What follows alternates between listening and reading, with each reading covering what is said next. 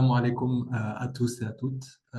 Barakallahu fikum pour votre présence, pour le temps que vous allez nous accorder. Donc aujourd'hui, j'ai l'honneur d'animer un webinaire un peu particulier, un peu différent de d'habitude, beaucoup moins scolaire et beaucoup plus représentatif du réel. Et donc j'ai fait appel donc à un frère, Sankou, qui a fait appel à nos services euh, pour aider donc à investir et à faire fructifier son épargne de manière éthique et par la suite à l'accompagner dans la réalisation de son projet d'acquisition immobilière. Donc Sankou, tu nous entends, c'est bon? Le micro? Salam alaikum. Oui, oui, je t'entends. Je ne sais pas si vous Parfait. m'entendez.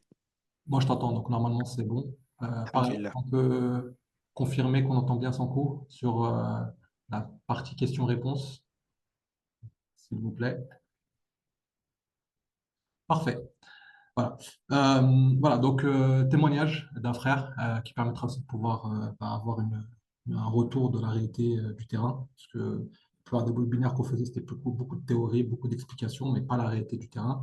Donc ça permet aussi de pouvoir avoir un peu le ressenti d'une personne qui veut mettre sa vie financière en adéquation avec son éthique et qui a fait appel à nos services. Donc, ça va se dérouler en plusieurs étapes. La première, l'idée, c'est dans un premier temps, tiens, on partir un peu sur la théorie, donc pour expliquer qui on est, ce que l'on fait, la mécanique de la murabaha pour potentiellement les personnes qui ne connaissent pas le financement, comment ça fonctionne, les modalités. Ensuite, en deuxième temps, cette interview que je vais faire avec Sanko qui va me donner à travers trois questions le retour d'expérience de l'accompagnement. Et puis après, en troisième temps, une petite présentation d'un cas pratique sur les dernières opérations qu'on a fait pour aussi se donner une idée de comment enfin, combien ça coûte déjà un financement Murabaha pour un bien, on va dire à 280 000 euros et potentiellement, combien de temps je peux constituer un apport, puisque le sujet aussi d'apport revient souvent, pour concrétiser ce projet. Et entre chaque session, enfin, entre chaque présentation, il y aura une session de questions-réponses. Donc, à la fin de l'interview, potentiellement, vous pourrez poser vos questions. Euh, Questions plutôt orientées sur le retour d'expérience. Et puis après, après la présentation du cas, potentiellement, vous pourrez poser vos questions. Si c'est des questions techniques, euh, je pourrais, Inch'Allah, essayer de vous répondre. En termes de timing, on va essayer de se donner maximum 1 heure pour pouvoir, faut pas que non plus soit trop long pour vous. Donc 1 heure pour voilà, avoir un peu tous les éléments. Alors, bismillah. Donc tout d'abord, qui sommes-nous? Donc 570 Easy. Donc on a, en fait aujourd'hui on va cumuler deux activités. La première, on est une société d'ingénierie financière, c'est-à-dire qu'on va développer et structurer des produits financiers conformes à l'éthique musulmane. Donc on va détecter un besoin et en face on va développer une réponse, une solution financière halal. Donc on fait ça depuis 2010. On est les seuls à le faire. Donc, on est les pionniers et les leaders de la finance islamique en France. On va être accompagné par un ensemble d'acteurs, donc un comité de contrôle éthique qui va venir certifier les solutions qu'on propose et qui va encadrer les partenariats pour la les partenariats et pour la mise en place de nos solutions et donc des partenaires qui sont nécessaires aujourd'hui pour pouvoir commercialiser nos produits. Parce que, chose aussi à avoir en tête, en France, il n'y a pas de banque islamique et nous ne sommes pas une banque. Voilà. Donc, première activité, donc la partie développement, structuration de produits financiers, et puis la partie conseil. Moi, je vais beaucoup intervenir, donc pas pour me présenter. Donc, je suis Abdelkarim Boutera, donc je suis conseiller en gestion de patrimoine.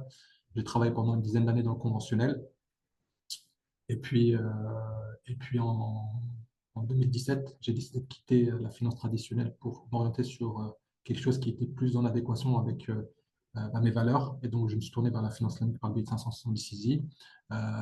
J'ai aussi passé une certification en finance islamique par le biais du cabinet de l'IFAS. Et voilà. Et aujourd'hui, donc depuis 2017, j'accompagne mes clients, mes frères, les sœurs de la communauté euh, pour donc réaliser leurs projets et potentiellement aussi intervenir dans d'autres domaines qui nécessitent potentiellement une expertise ou un accompagnement. Donc, ça peut être sujet de la zakat, par exemple.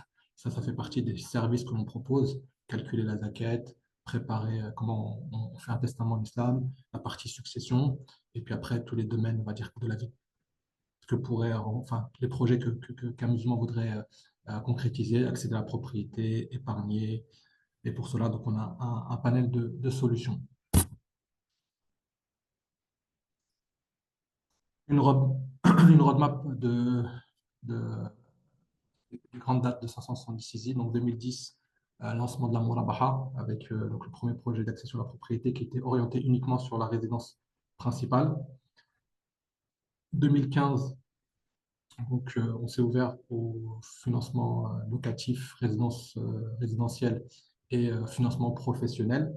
Attention, professionnel aujourd'hui, alors 2015, c'était juste un projet qui n'a on va dire qui était un projet de test et il a fallu encore quelques années pour que les partenaires démocratisent cela. Et on est aujourd'hui orienté vraiment sur tout ce qui est domaine de la santé.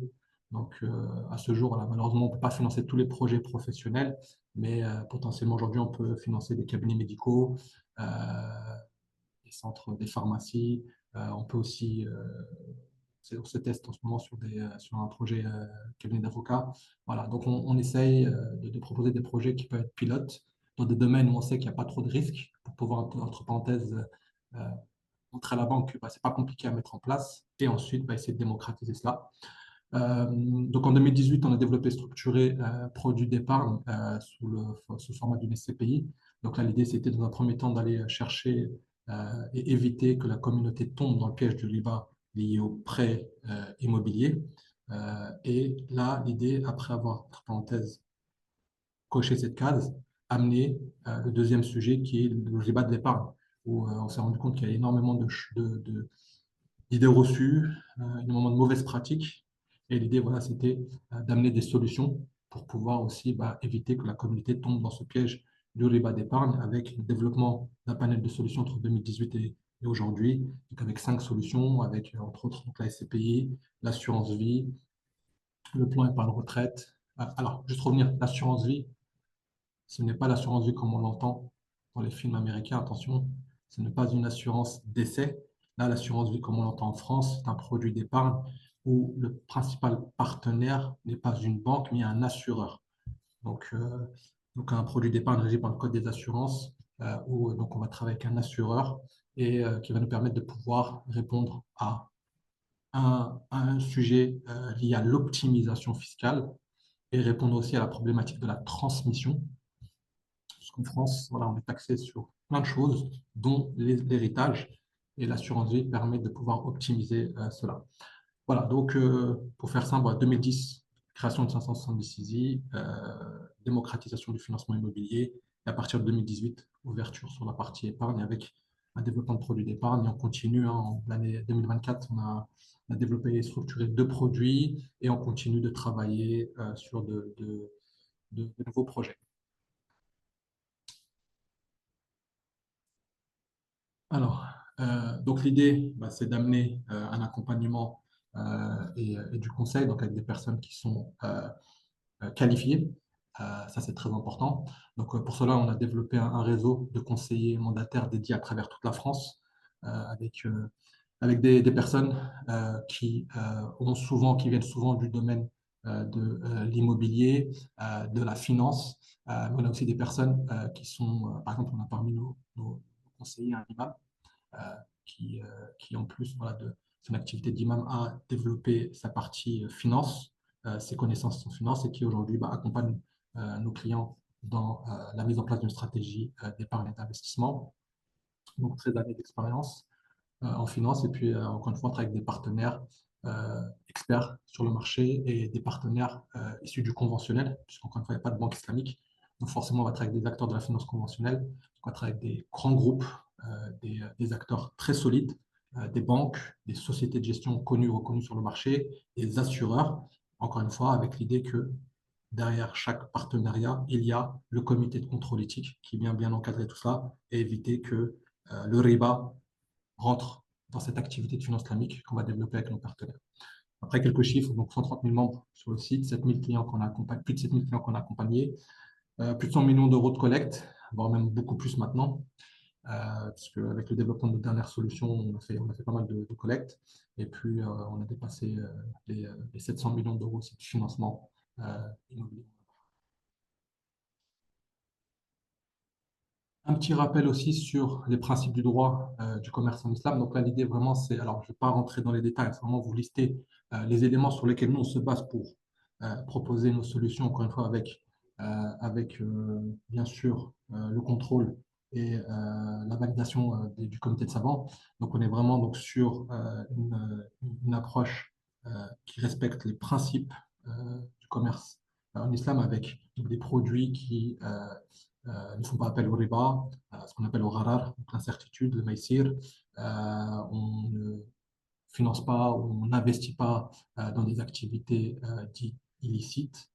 Typiquement, par exemple, sur un de nos produits comme la SCPI, qui est un fonds immobilier qu'on a créé où on va louer nos biens à des professionnels. On a un droit de regard sur le secteur d'activité de nos locataires, typiquement. Donc aujourd'hui, parmi nos locataires, on n'aura jamais des entreprises qui travaillent dans le tabac, on n'aura jamais un bureau de tabac comme locataire, une agence bancaire, la Française des Jeux. Voilà. Donc on a vraiment un cahier des charges bien lourd et bien encadré à respecter. Donc l'idée aussi, c'est l'interdiction de tout ce qui va tourner autour du préjudice, la fraude, l'escroquerie, et aussi un des éléments qui est important à prendre en compte, surtout en termes d'investissement, c'est le partage des pertes et des profits qui encadrent la majorité, la totalité de nos solutions, avec cette idée qu'on ne peut pas garantir un capital, on ne peut pas garantir un rendement, et toute solution qui va faire appel à un rendement, en face, il y a une notion de prise de risque qui est nécessaire. Après, il y a risque et risque. Quand on prend du risque dans l'immobilier, ce n'est pas le même risque que l'on prend sur les marchés financiers. D'où la multitude de ces solutions pour répondre à tous les besoins de la communauté. Donc, comment fonctionne la murabaha et qu'est-ce que c'est? Donc, ce qu'il faut savoir, c'est que la murabaha donc, respecte trois principes et qui sont très importants. La première, c'est l'interdiction du riba, c'est-à-dire que dans une transaction murabaha, à aucun moment on fait appel à un prêt bancaire. Euh, on reste sur du commerce. Et donc, qui dit commerce dit aussi transfert de propriété. Ça veut dire dans la transaction, à un moment donné, il va y avoir un transfert de propriété entre le partenaire et le client qu'on accompagne qui devient le nouveau propriétaire. Et aussi, bien sûr, avoir clair sur le droit des affaires. Donc, il y a deux règles qui régissent. La première, c'est la permission originelle. Ça, c'est en cas de fiqh al-mu'amalat. C'est-à-dire que tout est autorisé pardon, jusqu'à preuve du contraire. C'est-à-dire qu'on peut tout faire en fiqh al-mu'amalat. Donc, dans les transactions qui régissent les êtres humains entre eux, tout est autorisé jusqu'à preuve du contraire. Et on a ce qu'on appelle aussi la charge de la preuve inversée. Ça aussi, c'est très important. C'est que c'est dans une transaction, Cheikh Mohamed, c'est la personne qui dit que cette opération n'est pas halal, qui doit venir apporter des preuves que ce n'est pas conforme. Voilà. Donc, la murabaha, qu'est-ce que c'est? Comment ça marche? Donc, tout d'abord, c'est une transaction commerciale. Il faut avoir en tête, c'est bien une transaction commerciale par laquelle, en fait, on va avoir deux étapes. La première étape où donc, on va faire appel donc, à nos partenaires qui, via des fonds propres, va se substituer à notre client et va donc, acheter le bien immobilier, devenir propriétaire. Donc, ça aussi, c'est une condition obligatoire en islam, puisqu'on doit avoir la propriété de la marchandise que l'on vend. Donc, la banque et le partenaire devient propriétaire du bien immobilier. Ensuite, donc, ça va aussi se formaliser par le fait que donc, elle passe chez le notaire, elle paye les frais de notaire qui sont réduits. Donc, ça aussi, c'est lié à l'instruction fiscale qui a permis donc, l'introduction de la finance islamique en 2010. Donc, instruction fiscale émise par le gouvernement. Donc, c'est Christine Lagarde qui était à l'époque ministre de l'économie et des finances qui a permis de pouvoir, entre parenthèses, lancer cette instruction fiscale et nous permettre de pouvoir importer, introduire la murabaha et donc la finance islamique en France. Donc, la banque devient propriétaire, paye des frais de notaire réduits, et ensuite la deuxième étape qui est la revente, où là l'établissement financier devient donc là, le propriétaire du bien, c'est lui le propriétaire, pardon, et devient donc le vendeur du bien, et va vendre le bien au client avec une marge bénéficiaire et une facilité de paiement qui sera accordée. Donc, C'est pourquoi on fait appel à ça, c'est que le client, au lieu de payer comptant, va avoir une autorisation et va payer son prix en plusieurs fois sur une durée qui aura été définie. Voilà. Donc, voilà, on est bien, donc on est sur une absence de riba, on est sur un échange de biens tangibles, on parle bien d'un bien immobilier, il n'y a pas de spéculation, les modalités sont définies à l'avance, il n'y a pas de modification en cours pendant la transaction immobilière, à aucun moment il y a une notion d'engagement dans le processus d'achat, à aucun moment un signe de contrat qui engage juridiquement l'obligation d'acheter. On reste vraiment sur des éléments qui respectent les règles du commerce en islam. Donc rapidement, donc les opérations, les étapes de la murabaha.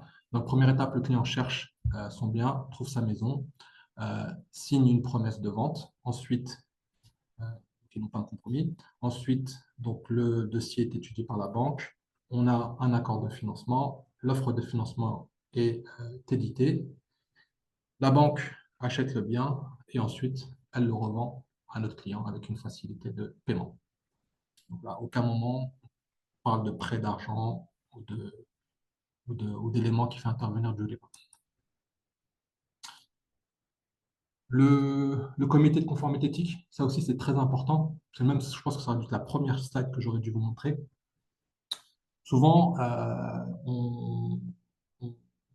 ce que j'ai remarqué quand je discute avec les gens, c'est qu'ils sont sur la base de bah, je vous fais confiance ou autre.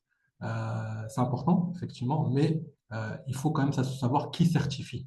Ça, c'est même, je pense, la première question, avant même de poser la question de en quoi la murabaha elle est halal, il faut pouvoir s'assurer de qui certifie, qui donne la certification et est-ce qu'ils ont les compétences pour pouvoir certifier. Et là, pour le coup, donc on a un comité de conformité éthique qui est composé donc de trois cheikhs, trois imams.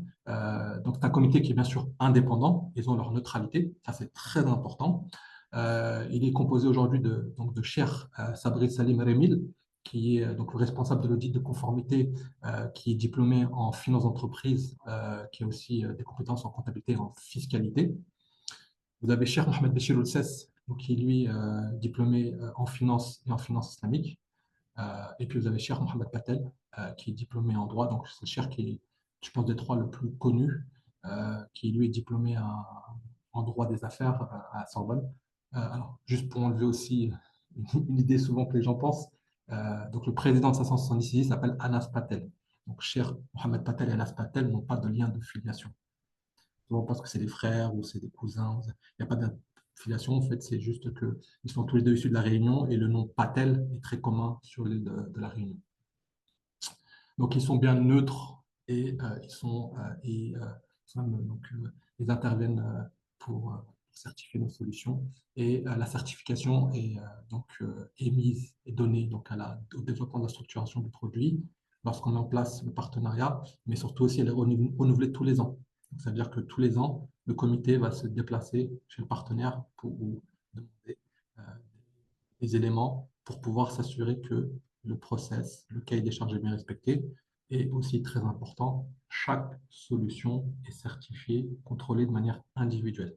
Donc on a une certification pour la Murabaha, on a une certification pour la SCPI, pour l'assurance vie et pour chacun de nos produits. C'est un contrôle global, mais vraiment un contrôle individuel. Voilà, j'ai beaucoup parlé, donc sans coup, je vais te donner la parole.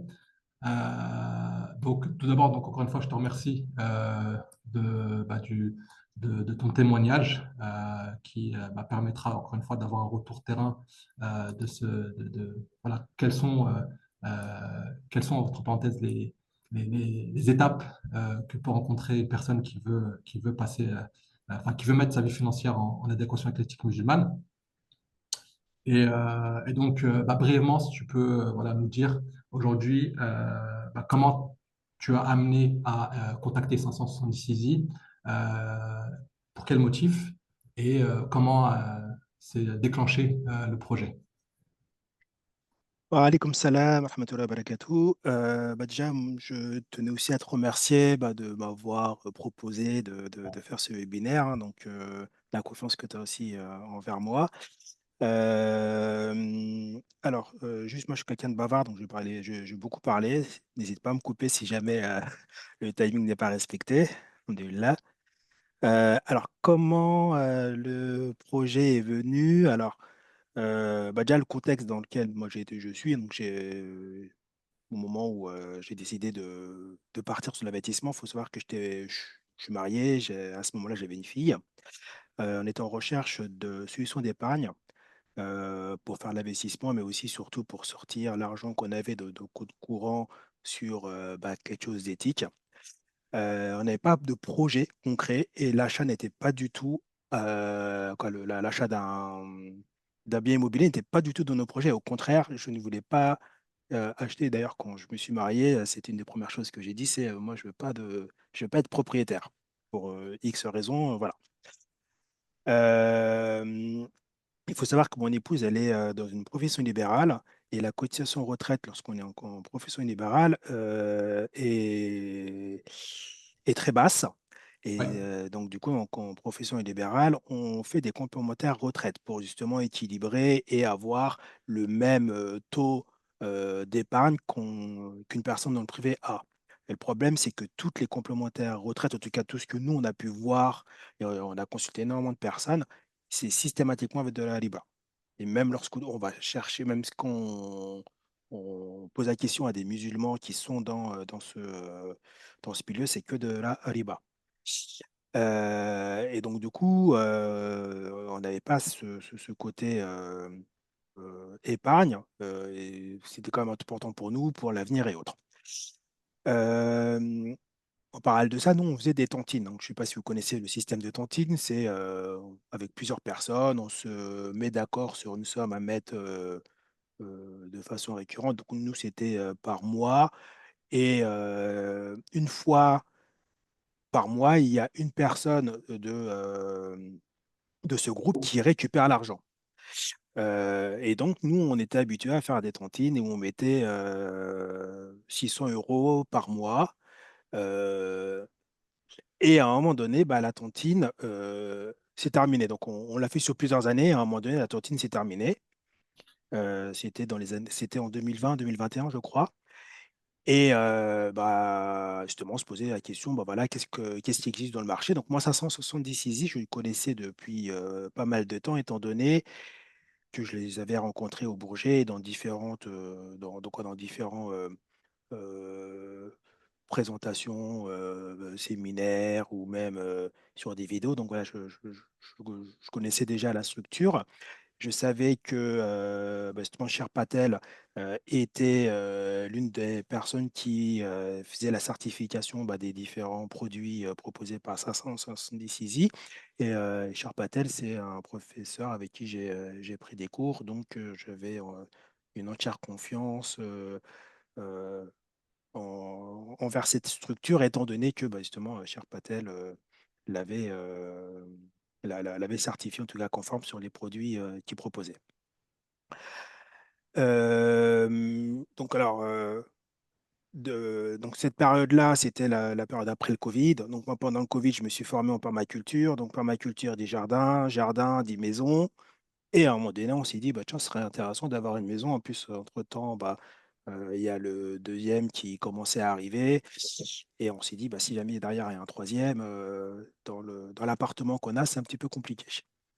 Et très vite, dans la ville où j'étais, donc j'étais à ce moment-là à Saint-Ouen-sur-Seine, les loyers sur un 3 ou 4 pieds, quoi, sur un 4 pièces, on arrive très rapidement sur 1400, 1500 euros le mois, qui se rapproche beaucoup d'une rente, d'un remboursement qu'on peut faire avec un achat.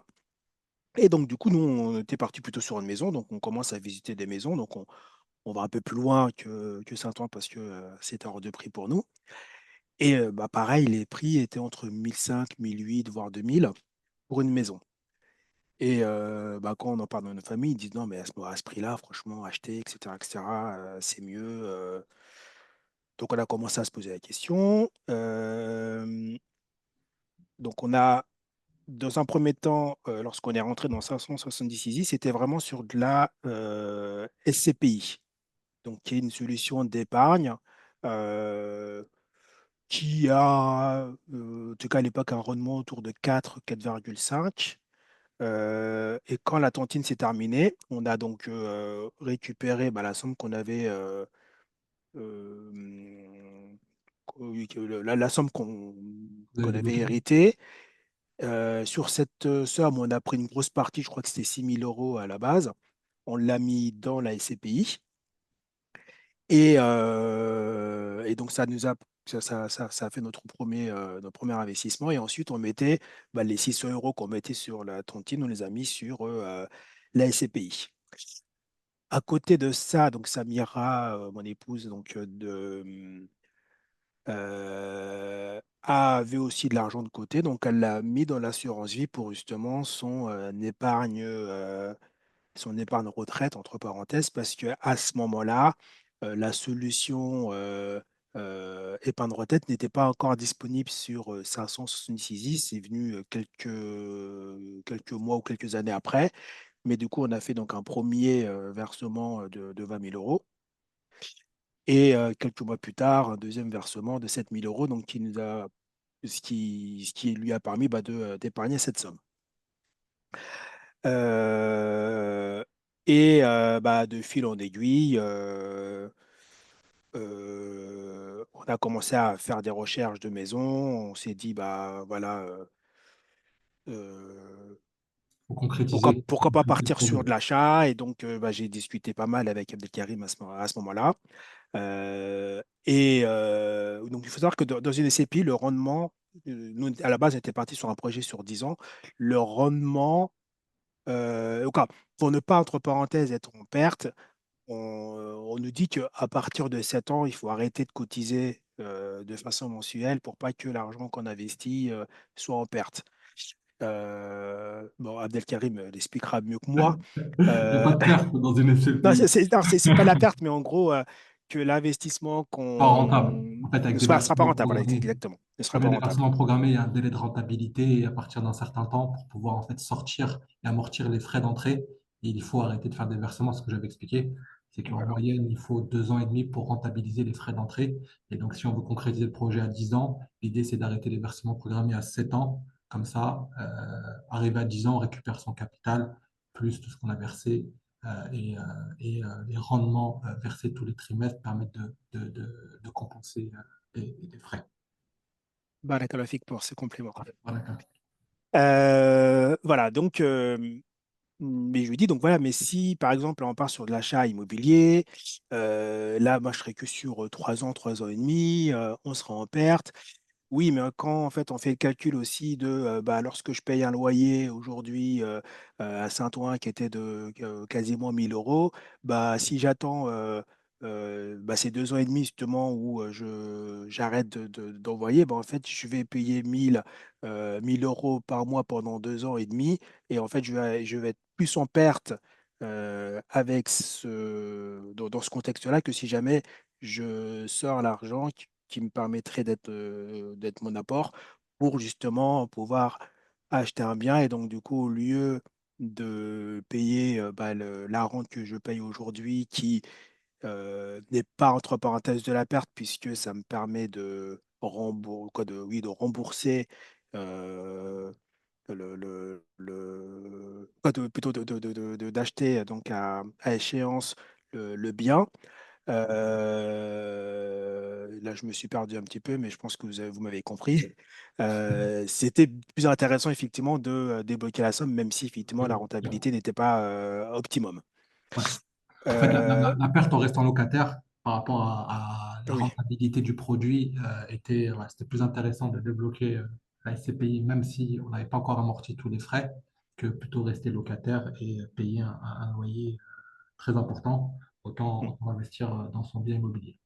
C'est ça? Voilà, c'est exactement. Donc ça, c'était le contexte dans lequel on était. Parfait. Bon, en tout cas, ouais. Donc là, l'idée en fait donc de l'approche et de l'accompagnement qu'on a mis en place avec Sankou, c'était dans un premier temps effectivement une approche orientée épargne. Donc avec l'idée que bah, si on pouvait répondre à deux sujets. Un, comment ne pas laisser dormir cet argent sur un compte courant que les banques utilisent, euh, qui en plus perd de la valeur avec l'inflation et en plus avec la zakat elle-même, Mm. donc on est que du sur moins, moins, moins. Ajouter à cela, donc amener une alternative durable en termes d'épargne, où ça ne va pas se durer sur quelques années, mais là on peut épargner autant qu'on veut, contrairement à une tontine où tu as eu la contrainte du temps. Permet aussi de répondre à la problématique de madame sur profession libérale, comment je peux faire pour préparer ma retraite. Donc, il y avait vraiment cette stratégie de pouvoir répondre à tous ces besoins, avec aussi l'idée, je me rappelle, tu me disais, c'est que je veux aussi investir pour que je sois aussi utile à la La communauté. communauté, oui. Ouais, exactement, parce que c'est vrai souvent, les acteurs ne prennent pas sérieux la communauté musulmane au regard du prisme sur lequel les médias nous présentent. Nous, ça, je fais une petite parenthèse, ça me rappelle une anecdote où on avait développé, structuré le contrat d'assurance vie, le partenaire, vous voyez un peu, voilà, je vous développe un truc pour votre communauté, mais avec une approche un peu, voilà, c'est je vais vous aider à faire ce que vous voulez, mais sans une prise de sérieux comme on aurait voulu. Et au bout d'une année, on a fait une telle grande collecte que le regard a évolué, même le ton de la discussion avec le partenaire a évolué en se disant, en fait, la communauté musulmane, c'est pas que ce qu'on voit dans les médias, ce sont des cadres, ce sont des gens qui ont de l'argent, ce sont des professions libérales, ce sont des gens qui consomment et ce sont des gens qui ont des besoins. C'est-à-dire qu'il y a des réels besoins et, euh, et, euh, et, euh, et l'approche a totalement changé. Et c'est pour ça que c'est important que quand on développe, on structure un produit, pour nous, il faut que ça marche pour pouvoir amener demain le regard sur le marché et dire, voilà, c'est une communauté qui a des besoins. Outrepassons l'image, le risque d'image que le partenaire pourrait avoir parce qu'il travaille avec des musulmans et regardons ce qu'on peut développer et ce qu'on peut faire avec la communauté. Et le regard a vraiment changé. On voit que la façon, la posture a réellement changé. Et voilà, que ce soit sur la SCPI où c'est un produit, on a levé plus de 100 millions d'euros en quelques années, que ce soit sur l'assurance vie, on a fait une très très grosse collecte en 6 mois. Les partenaires, donc, qui sont totalement différents. L'assurance vie, c'est un assureur, la SCPI, c'est un- c'est une société de gestion, ont vraiment eu cette approche de ah oui, c'est vrai que ouais, on est sur autre chose. En fait, il y a quelque chose à faire avec la communauté musulmane. Et voilà, donc en tout cas, voilà, Clofik, pour avoir détaillé ta vision, l'état d'esprit dans lequel tu étais. Et donc, approche donc de investissement, épargne et répondre à ses besoins. Puis vient l'évolution du projet. Ça aussi, c'est important. Toi, Mm. tu avais même annoncé que tu ne voulais pas acheter. Aujourd'hui, tu es propriétaire. Voilà, on ne choisit pas ces projets. On ne choisit pas. Les projets évoluent en fonction de la situation dans laquelle on est, l'évolution de la famille, les conditions financières, le pouvoir d'achat et autres, fait que nos projets vont évoluer. On se dit peut-être que d'ici demain, moi, je serai plus là, je serai à l'étranger, j'aurais fait une hijra, j'aurais lancé une activité où je serai toujours là et je serai encore là à vous accompagner. Donc, on peut pas faire des plans sur la comète. On, on- on- on lance on va dire une stratégie et on la réajuste et l'accompagnement est nécessaire. Donc là, il faut être encadré par des professionnels qui vont pouvoir vous permettre de réajuster vos projets en conséquence. Deuxième question, on va aller un peu plus vite, parce que c'est vrai on a pris du temps. Moi, je pensais qu'on allait prendre moins d'une heure, mais là, on est pratiquement bientôt à une heure. Deuxième question, l'accompagnement donc, qui fait la différence. Donc là tu peux y aller sans coup. Comment tu as senti l'accompagnement voilà, comment tu étais dans le projet quand tu as dit voilà, je vais acheter, qu'est-ce qui s'est passé? L'accompagnement, bah déjà, ce qui était important pour moi, c'était effectivement d'être accompagné bah, déjà par des acteurs musulmans, donc dans une démarche éthique. Et ça, bah, c'est ce que j'ai trouvé tout de suite. Malgré... Après ça, que moi, je connaissais aussi du monde qui travaillait à l'époque à 166i, donc du coup, voilà, j'ai eu que des bons retours. J'ai aussi un frère qui avait acheté avec vous et pareil, très bon retour. Et donc, du coup, par rapport à l'accompagnement, voilà, ça s'est fait de façon assez fluide. Bah, au début, bah, de toute façon, nous, on se voyait et tout. Et puis, bah, à un moment donné, on est passé au tutoiement et voilà. Euh, il y avait, comme en tout cas, le sentiment que j'ai eu, que c'était pas business pour faire du business. C'était plutôt, euh, bah, vous avez des produits, vous voulez bah, comment dire, les proposer à la communauté et vous dites, en fait, voilà, par rapport à ta situation, bah, moi, je pense que ça, c'est mieux parce que si, etc., etc. Voilà, par exemple, quand l'assurance vie est arrivée et lorsqu'on a fait donc le point avec toi sur la situation à l'époque, c'était pas le bon moment pour partir sur l'assurance vie. Alors, j'ai plus les détails à ce moment-là, mais je crois qu'on avait donc la deuxième naissance. Donc, du coup, on avait, comme mon épouse n'a pas travaillé pendant plusieurs mois, ce qui fait qu'il y avait moins de défiscalisation Ouais. qui se faisait à ce moment-là. Et donc, on m'a plutôt orienté vers l'assurance vie qui, à ce moment-là, était plus, entre parenthèses, rentable pour nous que l'assurance vie à ce moment-là. Et on Les s'est dit, CPI. bah, on verra oui, ou la SCP, oui. Et on verra à ce moment-là l'évolution de la situation d'ici quelques mois en fonction. Euh, Qu'est-ce que je peux te dire d'autre aussi? Oui, alors, j'ai l'impression que tu es débordé, que tu as énormément de travail, mais malgré ça, bah, tu arrivais toujours à répondre à mes questions, même en dehors de tes heures de travail, et toujours en plus en t'excusant voilà, de pas pouvoir le faire plus tôt et autres. Mais voilà, à ce niveau-là, on se sont vraiment pas abandonnés et accompagnés. Les produits étaient vraiment bien expliqués. Alors, même si c'est très technique, bah, il y avait cette vulgarisation qui était super intéressante. Et puis, bah, pareil, après, moi, j'aime bien aussi beaucoup me renseigner. Donc, je posais énormément de questions et tu as toujours réussi à déjà vulgariser et puis me faire comprendre que voilà, il y a tel mot voulait dire telle chose, etc., etc. Et ouais, c'était super intéressant. Puis même en plus, il y a aussi le volet religieux parce que du coup, en m'expliquant que bah, le commerce, c'est comme ça, il y a telle et telle règle. Pareil, bah, tu parlais tout à l'heure aussi de l'héritage en fonction de la composition de la famille, qui sont mes ayants droit, quelle part je dois donner à chacun, etc., etc., avec justement une évolution qui se fait si bah, tel ayant droit meurt.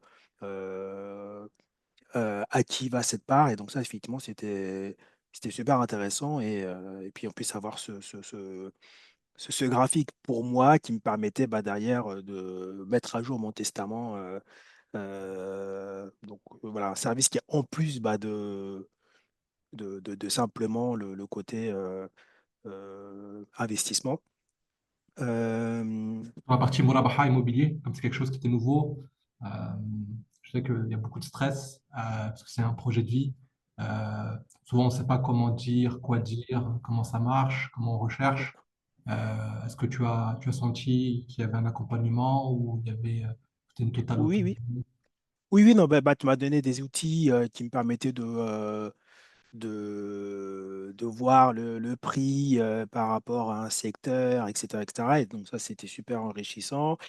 Ce qui est aussi super intéressant, c'est ton retour d'expérience sur tes propres projets. Voilà, tu te livrais en fait, tu disais, voilà, moi, c'est plutôt ça mon projet que de l'achat. Et donc ça, c'était super intéressant, savoir. Et puis, il y a une vraie, comment dire, une vraie relation humaine et de confiance qui se Ouais. crée.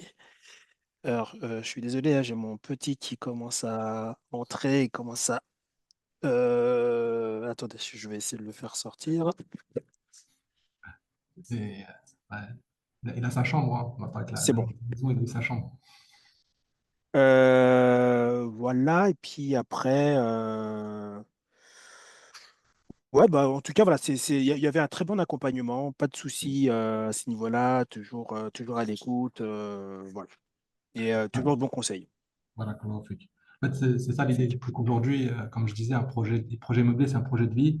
On est dans un environnement où, encore une fois, dès qu'on met le mot islam ou halal pour les non-connaisseurs ou les personnes qui ne sont pas de la communauté, bah, ça tout de suite amène je connais pas, ou c'est quoi cette arnaque.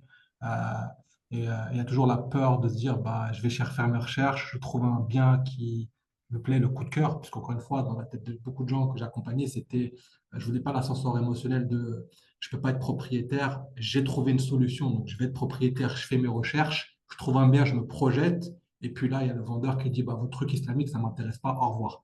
Et il y a l'ascenseur émotionnel de, ah, bah, je vais jamais être propriétaire.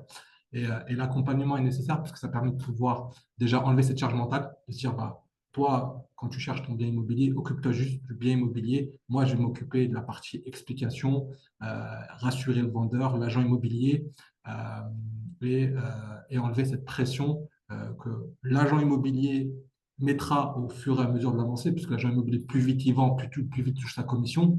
Donc, il ne faut pas que ça traîne en longueur.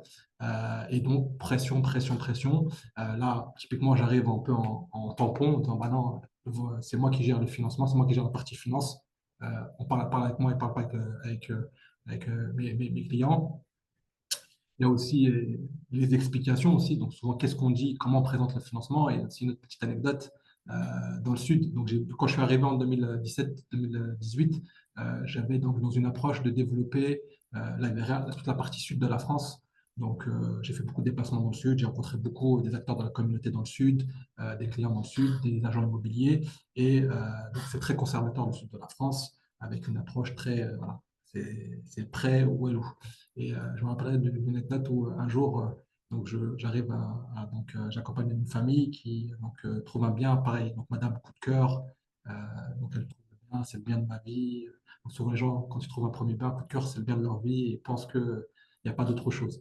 Donc encore une fois, c'est l'émotionnel là qui parle et non pas le cerveau.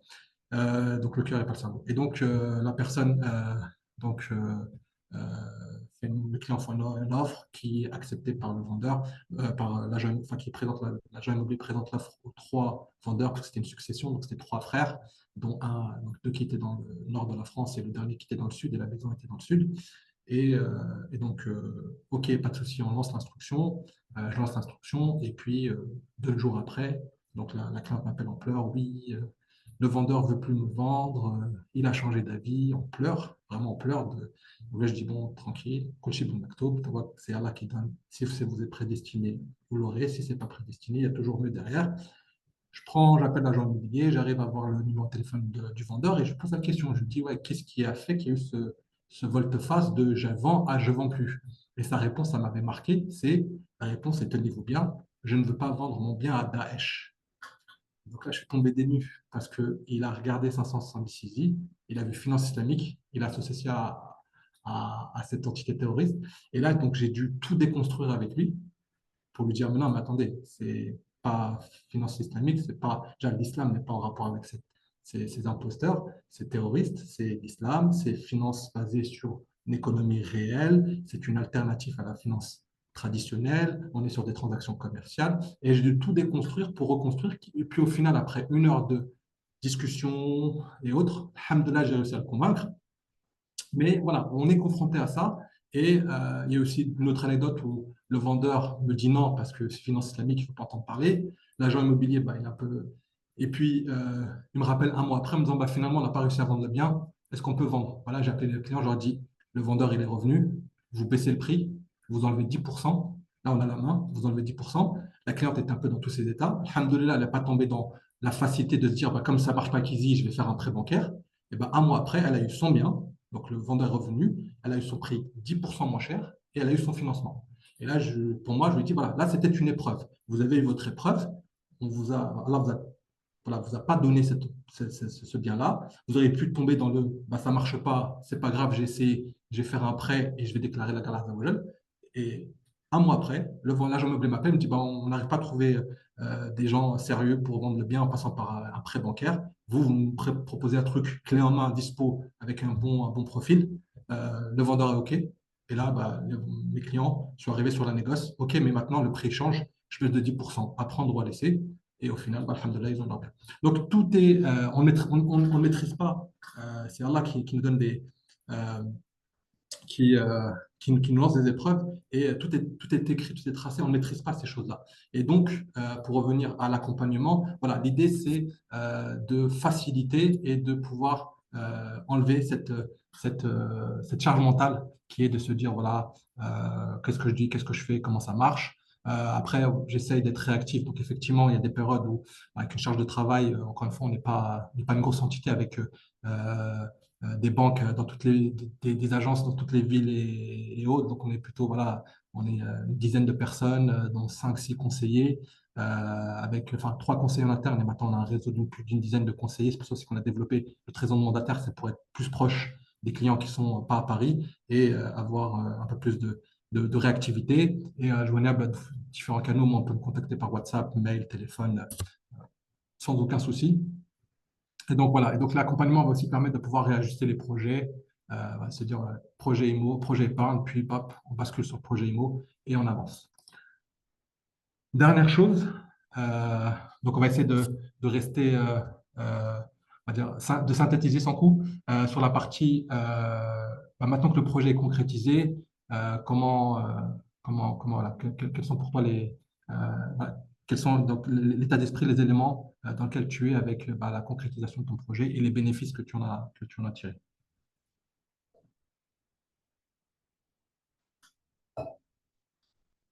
Tu es là, sans coup? Oui, désolé, j'avais désactivé le micro. Abdelkarim m'a accompagné sur tout le processus d'achat. Et donc, du coup, dès que j'ai commencé à rechercher, et puis lorsque j'ai trouvé le bien, en plus, j'ai trouvé assez rapidement. Je crois que c'était la deuxième visite qu'on a fait. Je lui ai demandé son avis. Voilà, c'est dans telle ville, est-ce que tu connais? Pareil, le prix, est-ce que tu trouves qu'il est correct par rapport à tout ce que la maison propose, l'environnement et tout? Euh, donc là, ça fait maintenant un an que je suis dans la maison. Le processus était assez long pour différentes raisons. Parce que lorsqu'on achète un bien, il y a la mairie qui peut préempter le bien, ils sont prioritaires. Et donc, du coup, comme il y a deux fois quoi, on passe deux fois devant le notaire, et donc, du coup, parce que donc il y a l'achat de la maison À la banque. par la banque et ensuite qui nous la revend. Parce que comme l'a dit tout à l'heure Abdelkarim plutôt, c'est la banque doit être propriétaire pour pouvoir nous revendre. Euh, et donc, du coup, on passe deux fois devant la mairie. Il faut deux fois que la mairie nous dise que c'est bon, ils achètent pas le bien. En plus, alors, moi, je suis en copropriété, la copropriété de vendre la rue à la mairie. Donc, il y avait plein de choses en fait qui faisaient que ça a mis du temps. Il m'a toujours rassuré, il m'a dit t'inquiète pas, pour l'instant tout va bien. Vraiment, le suivi était vraiment très bien, très rassurant. Et donc là, ça fait maintenant un an qu'on est dans ce bien. Et puis, ouais, en fait, Alhamdoulilah. tout. Ouais, alhamdoulilah, c'est ça, alhamdoulilah. Moi, en tout cas, tout a été très facilité. Et c'est vrai que au départ, on se pose la question, ouais, si on dit finance islamique, comment les gens vont le prendre, etc., etc. Moi, les agents immobiliers ne connaissaient pas du tout ce concept. Mais comme nous, on arrive aussi dans une période qui était aussi effectivement assez compliquée, dans le sens où les taux immobiliers avaient grimpé de fou. Donc là, je parle dans la vente conventionnelle, hein. Donc les taux avaient augmenté de fou avec l'inflation, etc., etc. Et les banques prêtaient peu. Et on se posait la question, nous, est-ce que dans ce contexte, la banque va aussi, voilà. Mais vraiment, on n'a eu aucun souci. Ça, c'est vraiment. Pourquoi c'était vraiment très fluide. Et d'ailleurs, le vendeur, lui, il cherchait en fait à vendre le bien depuis pas mal de temps et il avait déjà eu une provision qui avait été refusée parce que justement, la banque a finalement pas prêté l'argent à, comment dire, à l'autre acquéreur potentiel. Et nous, vraiment, c'est passé très, très facilement, alhamdoulilah. Et voilà, donc là, maintenant, ça fait un an qu'on est dans la maison. Ça se passe très bien, que ce soit avec les voisins, que ce soit. Et c'est vrai que l'approche qu'on a lorsqu'on est propriétaire d'un bien, elle est complètement différente, même avec les interactions qu'on va avoir avec les personnes qui sont autour de nous, avec la copropriété et autres. Et on a eu l'occasion de fêter les ici. Franchement, déjà, c'est un secteur où il y a plein de mosquées. Il y a un secteur où il y a plein de musulmans qui ont acquis le bien récemment. Et on a fait l'Aïd, c'était trop bien parce que voilà, tout le monde se partage, quoi. Tout le monde se souhaitait bonne fête de l'Aïd. On est parti à la mosquée ensemble. On a pu euh, s'échanger de la nourriture et autres. Franchement, on a trop bien mangé. Et c'était, non, c'est génial, vraiment, le côté fraternel. Après, voilà, ça dépend où on choisit, hein, mais Après, ouais, c'est ça. là, C'est l'environnement était trop bien. Oui. pas parce que tu achètes un Murabaha que tu vas avoir des voisins. Quoique, aujourd'hui, de toute façon, Mais après, c'est super important, c'est savoir où on va voilà. acheter, la communauté. Comme pour nous, c'était vraiment un critère qui était très important. Mm, Avoir un endroit où la communauté bouge, fait des choses, les mosquées, mm, même pour les enfants, c'est super important. Et voilà. Et vraiment très content de ce projet. Et voilà. Après, comme je disais au début, moi, l'achat de base, c'était pas un projet. Pourquoi c'était pas un projet forcément? Parce que on est de passage sur Terre, on ne sait pas quand on va partir. J'avais peur que le côté je suis propriétaire fasse que bah, je me sens ancré dans cette vie ici-bas, alors qu'on n'est que de passage sur Terre. Donc du coup, ce côté même propriété, pour moi, en fait, on n'est pas réellement propriétaire. Euh, Moi, c'était plus de l'investissement pour si j'arrive à la retraite, bah, ne pas avoir à payer un loyer.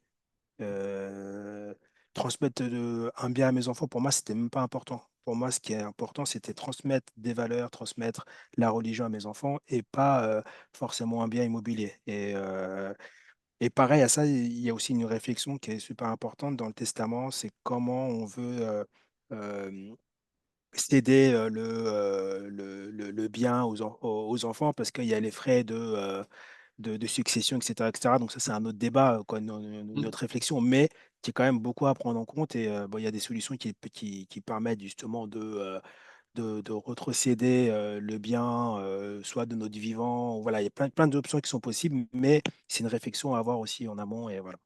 mm.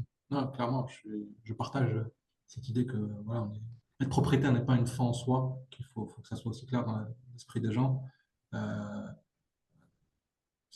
Souvent, j'entends, bah, je vais dédier quelque chose à mes enfants. C'est Allah Mm, qui donne l'autorisation. Donc, je peux être propriétaire d'un milliard de biens immobiliers si. mm. Et on voit aussi beaucoup de familles qui se déchirent à cause des frais d'un testament, etc., etc. Et Ouais, donc, ouais, c'est il faut le pas cadrer. forcément bon de. Voilà, c'est bien de cadrer avant qu'on parte. Il faut le cadrer. Il faut le cadrer. Euh, Ça, c'est comme important, effectivement. ouais. Ouais, je suis d'accord avec toi. Mais voilà, en fait, être propriétaire n'est pas une fin en soi, mais voilà, après, voilà, si c'est un projet de vie, et que, voilà, pour moi, je sais pas, je partage pas la même vision que la personne qui dit, ouais, je vais être propriétaire, pas de problème. Le principal, c'est qu'il y a l'accompagnement, il faut que ce soit vraiment en adéquation avec son éthique, l'éthique musulmane. Et aujourd'hui, bah, comme je t'ai dit, comme je vous l'ai dit, on a un panel de solutions qui peut répondre à tous les besoins. Euh, Barakallahu fik pour ton retour. Je retiens aussi que, bah, effectivement, j'en avais monté ton dossier, effectivement, tu étais sur une période où les banques étaient sorties de crise, enfin, d'inflation immobilière avec, pour contrecarrer ça, donc l'augmentation des taux d'intérêt par les banques conventionnelles avec l'approche de, ben, on ferme le robinet, puisque avant, les banques finançaient, à la sortie de Covid, les banques finançaient tout le monde. Les gens arrivaient les mains dans les poches avec un CDI, il avait son prêt, financer les travaux, financer même les frais de notaire. Juste, il a un CDI, il peut rembourser, on y va. Et puis, donc, fermeture des robinets pour éviter pour, on va dire, remettre le marché dans quelque chose de normal et de logique, qui reprenne, les biens reprennent leur valeur, on va dire, réelle. Et effectivement, pendant cette période-là, dans le conventionnel, les banques ont vraiment fermé et il y avait cette.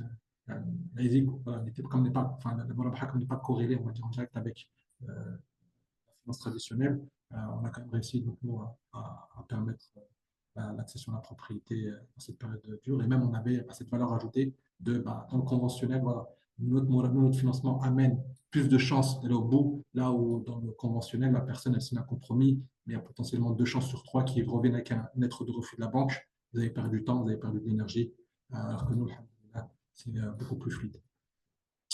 On va passer sur la session de questions-réponses. Alors, je vais essayer de sélectionner les questions qui vont être plutôt attrait au retour d'expérience. Toutes les questions techniques, j'apporterai une réponse après l'étude de cas. Donc, je vais aller très vite sur l'étude de cas parce qu'il est déjà 19 heures. Donc, sur les questions de ce que... est-ce qu'il y a déjà des questions sur le retour d'expérience? Alors, tac, tac, tac. Donc la marge, ça, je vous le dirai tout à l'heure. La marge bancaire, tout à l'heure. Détail, le point d'assurance vie. Pouvez-vous détailler le point de l'assurance vie plus rentable fiscalement parlant que la SCPI quand... Alors, ça, je vais répondre sans coup, ça ne dérange pas, parce que à ce moment-là, c'est moi qui t'avais accompagné. En fait, l'idée, c'est que au moment où donc on a développé et structuré l'assurance vie, c'était une réponse à une approche d'optimisation fiscale. Puisque la SCPI présente énormément d'avantages. Parmi ces avantages-là, vous avez un versement de loyer. Qui dit versement de loyer dit derrière déclaration de ses loyers sur sa fiche d'imposition, donc dit fiscalité. Et donc à ce moment-là, on était sur une. Comme donc Madame était pas en activité, parce qu'elle est en profession libérale, n'était pas en activité à temps plein, voire même je crois elle avait mis son activité en stand-by.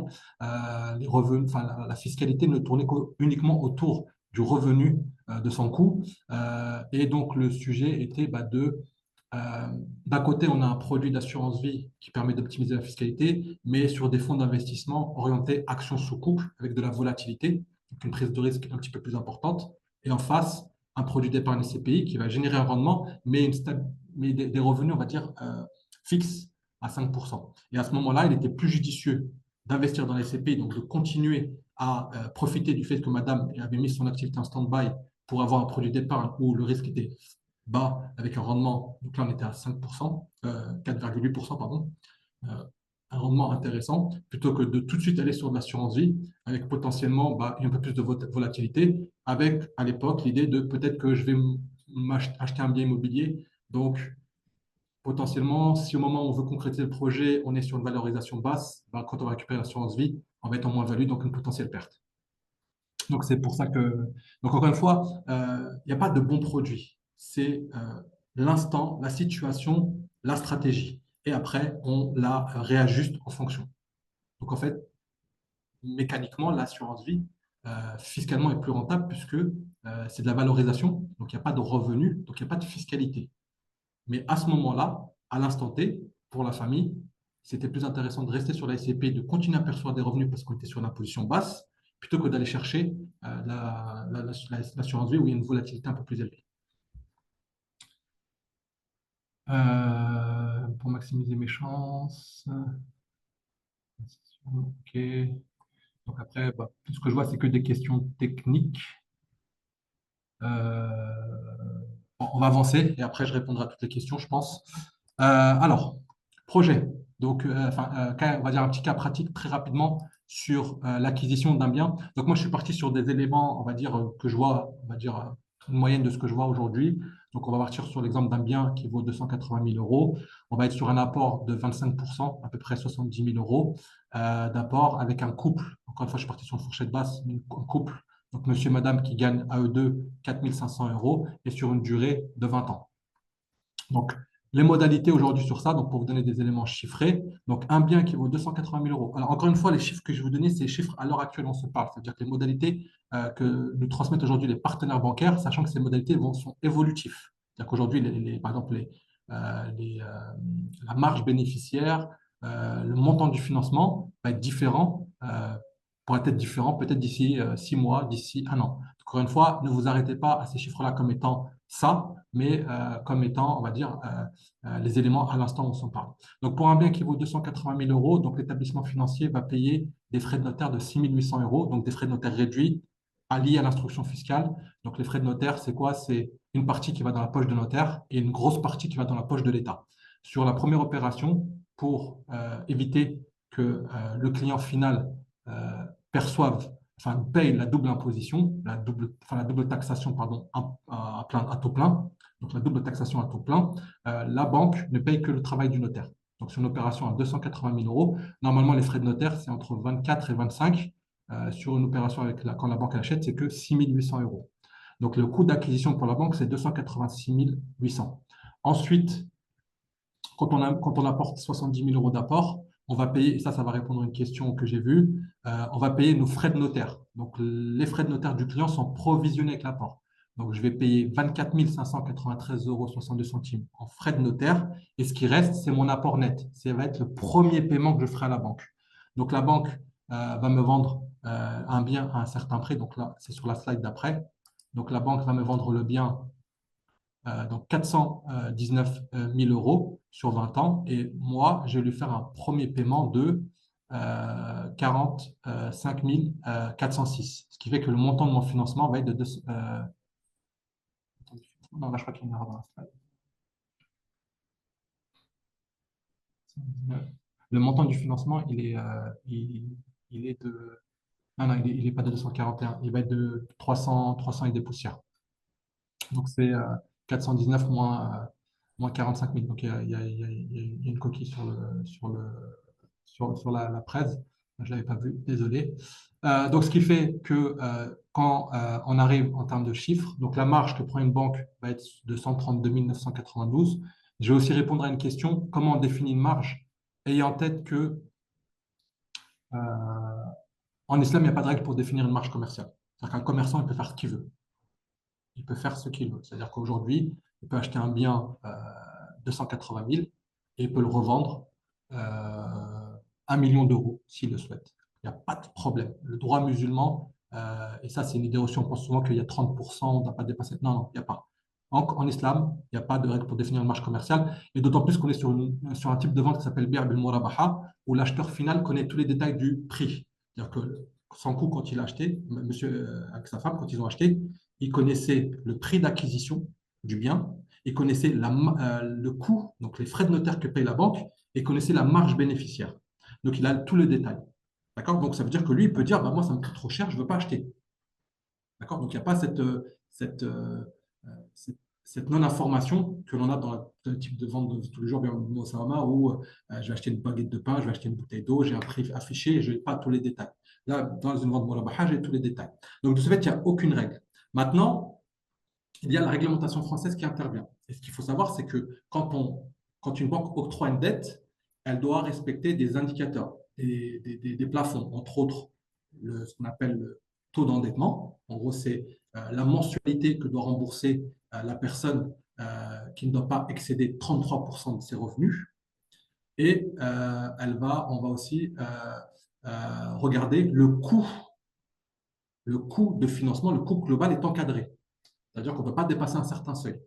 Et l'indicateur, donc, il évolue en fonction de la durée, 10 ans, 15 ans, 20 ans. Donc déjà, on va balayer l'idée reçue que la murabaha est 2 fois plus cher qu'un prêt immobilier. C'est impossible. Si la banque prend plus de marge bancaire que le seuil, elle est hors la loi. Elle ne peut pas le faire. Comme elle ne peut pas autoriser le remboursement de la dette à plus de 35% ou 33 ou 35%. Donc ça dépend des banques. Mais l'indicateur qui a été revu par la Banque de France, c'est 35%. Donc 35% des revenus du foyer. D'accord? Oui. Donc la marge, il n'y a pas de règle en islam. Maintenant, il y a la réglementation française qui vient jouer et qui vient encadrer et qui vient faire un peu le garde-fou, éviter que la banque, en situation de monopole, peut dire, bah, moi, à prendre ou à laisser. Je veux bien Si, faire. si- si je peux tenir à ce niveau-là, lorsque j'ai fait l'achat, comment dire, l'agent immobilier avait un courtier avec elle et elle voulait absolument me faire une proposition et autres. Et lorsqu'elle m'a fait la proposition, le montant total était quasiment équivalent à celui que j'ai aujourd'hui, sauf que eux, ils ajoutaient l'assurance qui est obligatoire avec C'est eux. ça. Et nous, on n'a pas pris d'assurance parce que Il n'y a pas besoin il y a de la d'assurance. riba et qu'elle n'est pas obligatoire, même s'ils ils vont tout faire pour forcer l'assurance. Mais j'étais quasiment au même taux de remboursement. Et pourtant, on Ah, passe 2 fois par le notaire. c'est ça, c'est exactement ça. Effectivement, quand on prend tout ce qui tourne autour du financement, donc un coût global de financement, ça va être, dans le cadre d'un prêt bancaire, ça va être le prêt, les assurances, enfin ce qu'on appelle les accessoires, et entre autres les intérêts. Là, on n'a que la marge. Mais en tout cas, c'est encadré, c'est cadré. C'est cadré, c'est la réglementation française qui cadre ça. Voilà. Et donc on va, voilà. Donc voilà un peu. Alors après, bon, là, il y a une petite coquille sur la slide. Donc, à la rigueur, ce qu'on pourrait faire, c'est de manière individuelle, refaire des simulations pour entrer un peu plus en détail. Mais dans les faits, retenez que voilà, pour un projet à 280 avec 70 000 euros d'apport sur 20 ans, on est à peu près sur 1 560 euros de remboursement par mois sur 20 ans pour un couple qui gagne à peu près 4 500 euros par mois. Et donc, l'approche qu'on a mis en place et que je préconise à chaque fois, mais que son coût a fait en deux temps, c'est utiliser l'épargne pour constituer un apport pour concrétiser un projet. Parce qu'on sait qu'aujourd'hui, le vrai point, on va dire, qui chagrine la communauté et qui font appel à nous, c'est qu'il y a trop d'apports, on demande trop d'apports. Il y a trop d'apports, effectivement, parce que on a des indicateurs. Les banques définissent leur marge selon les critères que je vous ai donnés. L'apport va aussi servir à payer des frais de notaire. Donc, il y a plein d'indicateurs qui fait que forcément, voilà, il y a ces 20-25% qui nécessitent d'être disponibles pour pouvoir lancer le projet. Et en faisant juste un plan d'action avec, alors, encore une fois, les solutions qu'on propose ne vont pas vous permettre de pouvoir faire 70 000 euros en partant de zéro, faire 70 000 euros en 5 ans. Ça n'existe pas. Mais par contre, on va vous donner des éléments qui vont vous donner un coup de pouce pour pouvoir accélérer et concrétiser le projet. En l'occurrence, en mettant 20 000 euros sur un SCPI pendant 7 ans avec 400 euros par mois, au final, on récupère 45 308 euros, ce qui fait à peu près un petit peu moins de 10 000 euros de gain en 7 ans. Accouplé à ça avec potentiellement des aides ou si on a une capacité d'épargne qui est supérieure à 400 euros par mois, on peut aussi continuer à mettre plus que 400 euros par mois, mais on peut utiliser une partie de son épargne pour gonfler, pour utiliser la SCPI pour pouvoir amener cet apport. Et au final, au bout de 7 ans, SCPI plus les gains, plus potentiellement l'épargne que je mets de côté en plus de la SCPI, fait que je peux arriver à 70 000 euros. Après, on peut aussi passer par la famille, les proches, et ça, pareil, c'est encadré.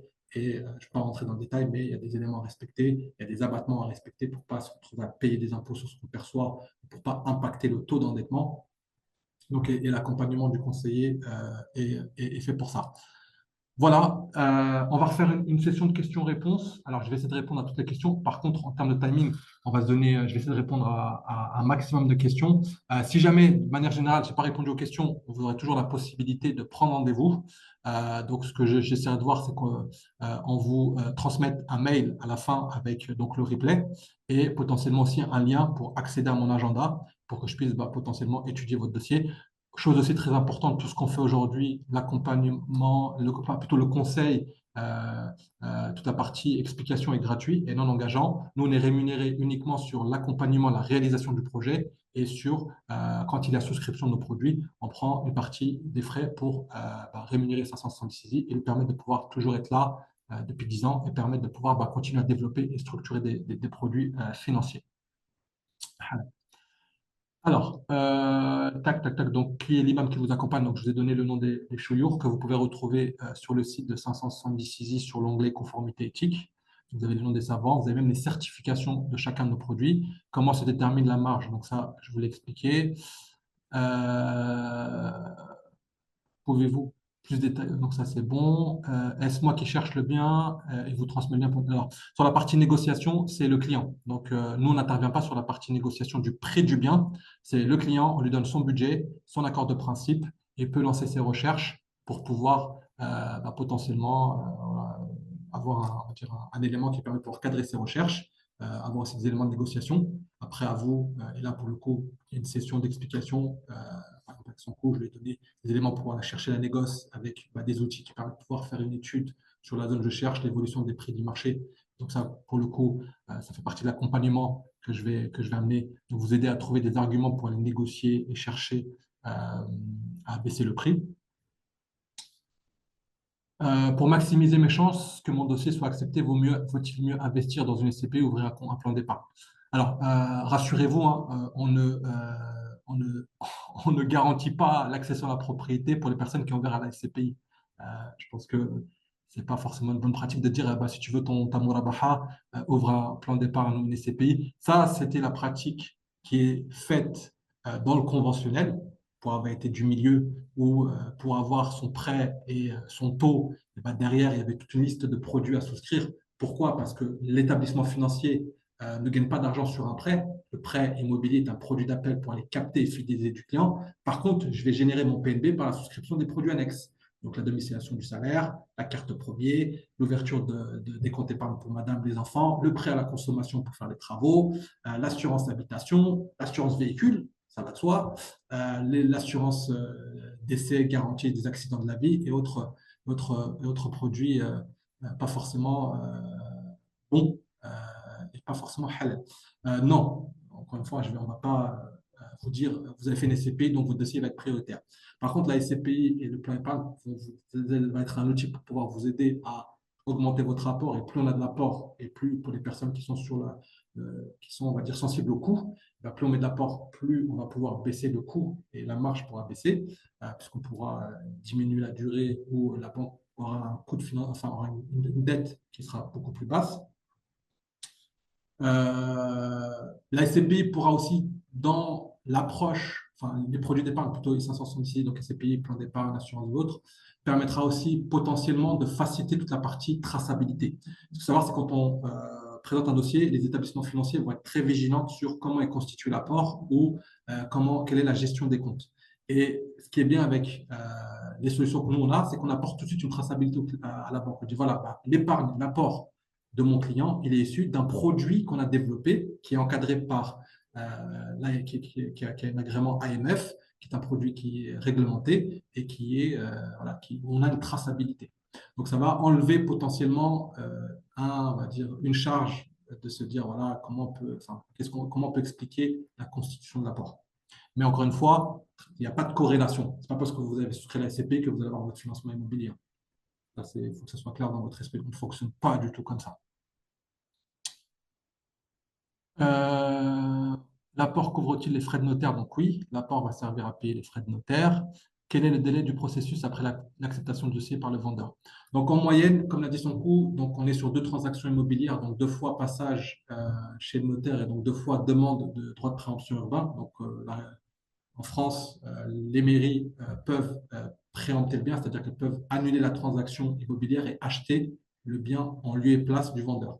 Typiquement, on peut tomber sur des maires qui ne sont pas forcément on va dire, d'accord pour accueillir une certaine communauté et qui peut, quand ils voient un nom à consonance musulman étranger, peut dire je ne veux pas que cette personne arrive dans et je peux préempter bien, acheter bien.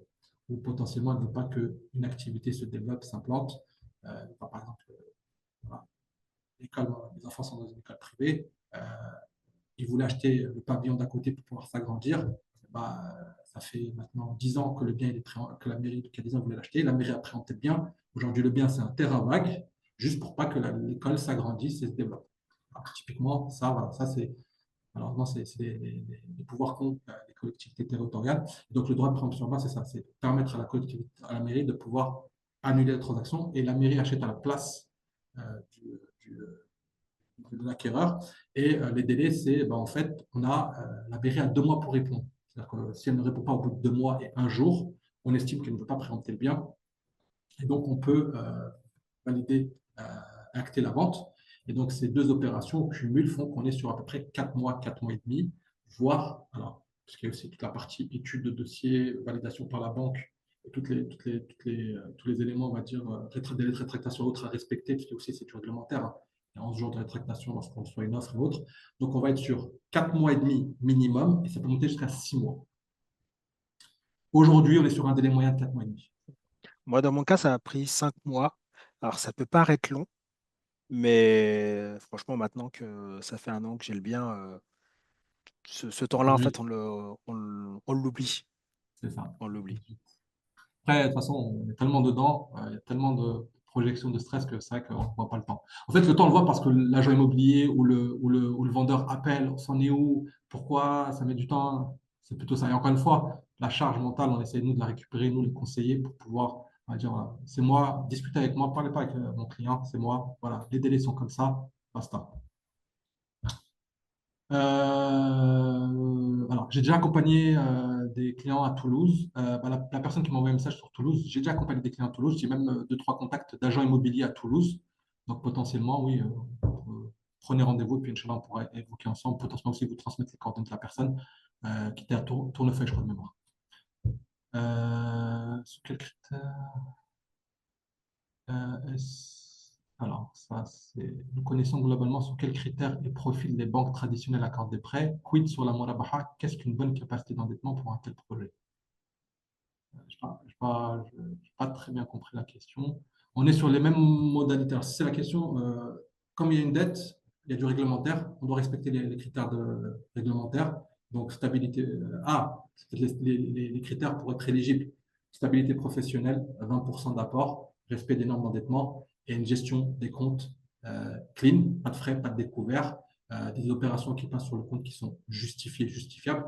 On oublie, on évite tous les je prête de l'argent à droite, à gauche et autres, puisqu'encore une fois, comme il y a ce devoir de contrôle que les banques ont pour lutter contre le blanchiment d'argent et le noircissement d'argent, demain, je reçois de l'argent d'un tierce, la banque peut me demander le relevé de compte du tierce. Donc, aller demander un relevé de compte, qui est un document assez sensible, à une personne qui n'est même pas dans le projet, juste parce qu'il vous a fait un virement sur votre compte, parce qu'il vous a remboursé un prêt, ça veut dire que ça vous amène, il faut qu'on retrouve le relevé de compte où vous avez fait le prêt, il faut qu'on voit si le prêt a été enregistré.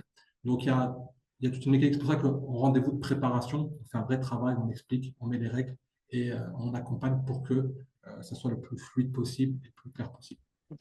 Il y a aussi une chose qui était super importante pour nous, c'est la notaire. C'est une notaire avec qui 570 Easy travaille beaucoup.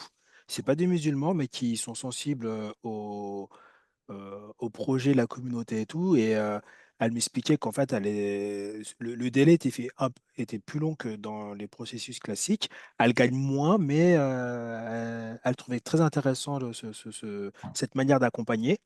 Et c'est vrai ils nous ont demandé énormément de documents pour être sûr que le dossier allait passer, de justification sur notre compte. Et comme me l'avait dit Abdelmalik, Abdelkarim plutôt, c'est que 1 an avant de partir sur un projet d'achat, il faut que dans le compte, tout soit justifié, clairement indiqué. Et nous, dans notre compte, systématiquement, quand on faisait des virements pour notre mère, pour un tel ou pour un tel, tout était bien identifié pour que justement, au moment où on nous faisait les demandes de justification, que tout soit clair. Et ils nous ont demandé, mais vraiment beaucoup, beaucoup, beaucoup de justifications. Et on a pu à chaque fois apporter la justification sans justement avoir demandé à un tiers des infos parce que tout était justifiable. Oui, effectivement. En fait, on essaie de s'entourer effectivement de. Ce qui est bien aussi, c'est qu'on après, voilà, on essaie d'avoir un maximum de partenaires musulmans, mais aussi effectivement, on a développé aussi des partenaires avec des personnes qui sont ralliées à la cause musulmane, et qui ont épousé le côté éthique, pas de spéculation ribaoui, la finance réelle ancrée sur, par exemple, Arma Capital, qui était le premier partenaire à accepter de travailler avec nous sur la partie SCPI épargne, et qui a développé les produits pour l'épargne. C'était vraiment ça. Leur approche, c'était votre concept, il est magnifique. On veut faire quelque chose. Ça ne leur a pas empêché de développer en parallèle d'autres SCPI, il n'y a pas ça, mais le concept on amène quelque chose de novateur en fait. Une SCPI qui ne passe pas par le prêt bancaire, qui lève des fonds via l'argent, l'épargne des investisseurs, des épargnants, qui va investir dans des biens immobiliers locatifs. On va sélectionner des biens selon des critères environnementaux, sociétals, de gouvernance, avec des locataires qui doivent respecter une certaine éthique, qui doit être soucieux de la cause animale, soucieux de la. Ça, c'est novateur. On a créé le label ISR, Investissement socialement responsable, sur la SCPI. Aujourd'hui, on a beaucoup d'acteurs qui copient, qui ont commencé à copier le modèle parce que aujourd'hui, c'est l'air du temps, le vert, l'éco-responsable et autres. Je vais passer, j'ai regardé quelques questions. Donc, on peut financer des achats via une SCI pour les personnes qui veulent faire de l'investissement locatif. Donc, une entité morale peut accéder à la Murabaha. On ne fait que des financements en France ou sur l'île de la Réunion. Donc, malheureusement, pas de financement à l'étranger. Pour les pays où il y a de la finance islamique, comme le Maroc, par exemple, vous pouvez vous contacter directement des acteurs comme Sha'abi Bank, Safa Bank, Ounia Bank, qui vous proposent du financement Murabaha pour les Marocains résidant à l'étranger. Pour l'Algérie, il y a la Baraka Bank qui aussi propose la Murabaha et qui peut permettre de financer les Algériens résidant à l'étranger. Après, voilà, vous pouvez regarder sur Internet. vous avez différents acteurs, mais la finance islamique se développe de plus en plus et aujourd'hui, il répond vraiment à une attente et un besoin. Il se peut, alors aussi, une question très importante. Donc, dans notre organisation, vous avez la partie commerciale, où voilà, je vais avoir la partie explication, j'accompagne, je fais l'étude, mais aussi une partie un peu plus back-office chez 570 qui est l'équipe risque, donc, qui est composée donc, de sœurs qui ont travaillé en tant qu'analystes dans une banque, dans des banques, qui sont venus travailler avec 570 dans une démarche que moi j'ai eue quand j'ai voulu quitter le conventionnel pour travailler dans un domaine qui est en adéquation politique. Les sœurs aussi ont quitté leur travail et sont venus travailler avec 570. Donc, l'accord de principe qu'on va donner, c'est sur la base de l'étude, de l'analyse de l'équipe risque de chez 570 avec des éléments concrets, comme elles sont en contact direct avec les banques, elles savent quels sont les éléments sensibles ou pas par rapport à telle situation à l'instant T, puisque les conditions, elles évoluent. Aujourd'hui, la banque peut vous dire, bah, j'accepte de financer des SASU ou des professions libérales, et puis 6 mois nous dire, bah, finalement, non. Comme elles peuvent dire demain, bah, j'accepte de financer des cartes, des personnes qui sont titulaires d'une carte de séjour, et puis dans 6 mois nous dire, bah, finalement, je ne vais plus financer des cartes de séjour pour X ou Y raison. C'est elles qui nous donnent les conditions, elles n'ont pas l'obligation de se justifier, et nous, bah, on va se plier par rapport à leurs contraintes. Et donc, l'analyste va donner un avis, mais basé sur son expérience et sur les retours. Maintenant, un accord de principe, ce n'est pas un accord de financement. C'est-à-dire que l'établissement financier, ensuite, va prendre le dossier et va l'étudier, va mettre, lui, son analyste à lui qui va étudier le dossier. Et nous, derrière, on essaye de maximiser en sachant voilà, les éléments, si c'est bon ou pas. Donc, quand on passe par l'analyste, quand on donne un accord de principe, on sait qu'à 90% que le dossier va aller au bout. Encore une fois, nous, notre rémunération dépend de la finalité. Si vous n'êtes pas propriétaire, on n'est pas payé. Et le business model n'est pas viable de travailler 6 mois pour avoir un refus. Vous n'êtes pas payé, nous, on a travaillé 6 mois pour rien. Donc, c'est pas possible. Donc, l'équipe risque vient donner un avis qui est représentatif et qui va appuyer, qui va appuyer à hauteur de 90% la possibilité et la validation du dossier, mais ce n'est pas une certitude. Voilà, il est déjà 19h30. Bon, déjà 19h30. En tout cas, pas mal, on a pas mal évoqué. Donc, moi, ce que je vous propose pour les personnes à qui j'ai malheureusement pas pu répondre, c'est potentiellement donc, reprendre contact avec moi, enfin, voilà, faire un point, poser des questions. Je rentrerai plus en détail. C'est vrai que je suis allé un peu vite vers la fin. Mais en tout cas, sachez voilà, on essaie d'accompagner au mieux nos clients. Euh, Prenez un rendez-vous, il n'y a pas d'engagement, il n'y a pas d'obligation d'acheter derrière. En plus, c'est gratuit. Faites-vous accompagner. Et encore une fois, ayez en tête que plus la communauté va faire confiance et va développer, et plus on va attirer l'attention, et plus les gens vont nous, enfin, les organes extérieurs vont nous prendre au sérieux, et on va avoir un poids où demain, on l'a vu avec le halal, l'alimentaire. Euh, 15 ans en arrière, c'était compliqué de trouver un restaurant halal, de trouver un sandwich halal ou de la viande halal dans un supermarché. Aujourd'hui, on a du Fleury-Michon qui font du halal. Il y a un marché à prendre. Il y a des choses à faire.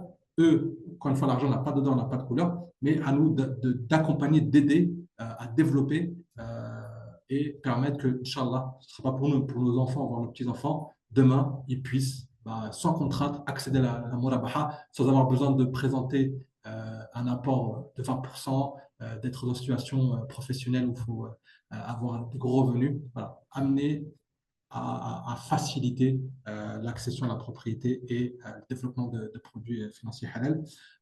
Je vais fermer la parenthèse, enfin, je vais ouvrir une parenthèse rapidement. Pour ceux qui nous suivent, on vient de développer un partenariat aussi avec Tawakkul, donc l'application qui propose de référencer les restaurants qui sont vraiment halal avec une certification et un contrôle qui est fait. Donc, le partenariat est récent, il a été officialisé hier. Potentiellement, là, je vous donne un tips pour toutes les personnes qui passent qui téléchargent l'application, bénéficient d'une réduction sur les frais avec 576 pour la partie épargne. Donc, potentiellement, voilà, les personnes qui pour X ou Y raison, voilà, se sentent d'attendre parce que c'est onéreux ou parce que voilà, vous avez un petit cadeau pour pour vous permettre de pouvoir, si c'est le sujet du coût, une petite réduction de 10% pour aller sauter le pas et vous lancer et mettre votre vie financière en adéquation avec l'éthique musulmane. Donc, encore une fois, barakallahu fikum pour votre écoute, pour la confiance que vous nous accordez, que la confiance que vous allez nous accorder dans vos projets. Qu'Allah mette de la baraka dans vos projets. Encore une fois, merci beaucoup, Sankou, pour le temps que tu m'as accordé, pour la confiance aussi que tu m'accordes aujourd'hui. Et puis, nous, Sankou, on aura l'occasion d'échanger très rapidement. Et puis, les autres, j'espère vous avoir au téléphone très rapidement pour échanger au sujet de vos projets. Je vous dis à très bientôt, Inch'Allah. Salam alaikum. Wa alaikum salam wa rahmatullah.